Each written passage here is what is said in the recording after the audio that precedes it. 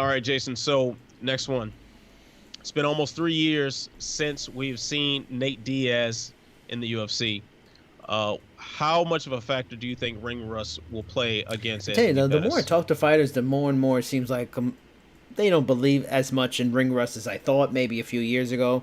It might just be an individual personal thing, and some guys believe it, some guys don't.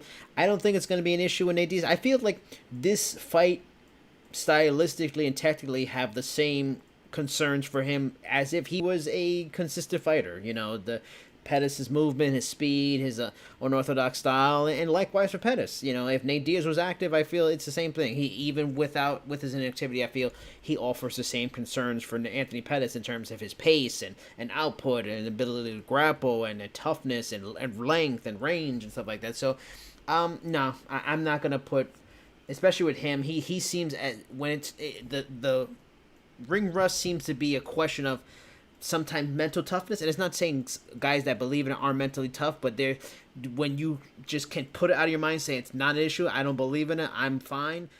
It matters, and Nate Diaz is a guy that would just say, I'm fine. There's no ring rust. I'm as good as I've ever been, and let's fight. And I don't think it's going to be a problem for him whatsoever. Um, I can't quite be so confident in that because 3 years Mm-hmm. away is a very long time. And I don't mean in the sense like you're talking about the mental angle of it, and that's completely fair point. Nate Diaz is not a guy who, in any way, shape, or form, appears to Mm-hmm. be weak mentally. If anything, his mentality has served him well. Will probably be able to mask any effects of ring rust to an extent, but you still got to get the timing down. You still got to get a feel for the canvas on your feet, like just the little things that become a factor. Now, when he came off of the couch essentially to fight Conor McGregor the first time, and McGregor is outboxing him pretty definitively until McGregor got caught with that 1-2 that rocked him and led to the finishing sequence.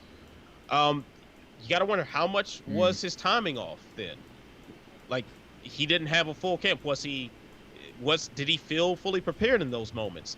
So I expect him to have at least a moment or two like that against Pettis. Now, whether or not that plays into who wins the fight or not, anyone's guess. And I would, off the top of my head, probably would favor Nate Diaz, considering the pressure and how he stays in someone's face, and that seems to be the kryptonite for Mm-hmm. Pettis in a lot of ways.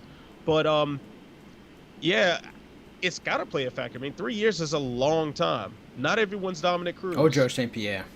You know exactly. And even with those two are notorious for very, very meticulous preparation, very, very meticulous planning, and strategizing and whatnot, and very scientific approaches to how prepared they are for the fight, how they're going to feel as soon as the bell rings.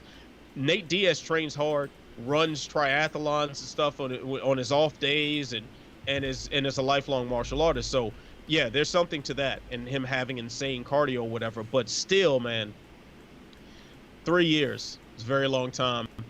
No matter how great of an athlete you are, how great of a fighter you are, if you stop doing something for 3 years, probably going to look like it at least for a little Yeah, bit. fair enough.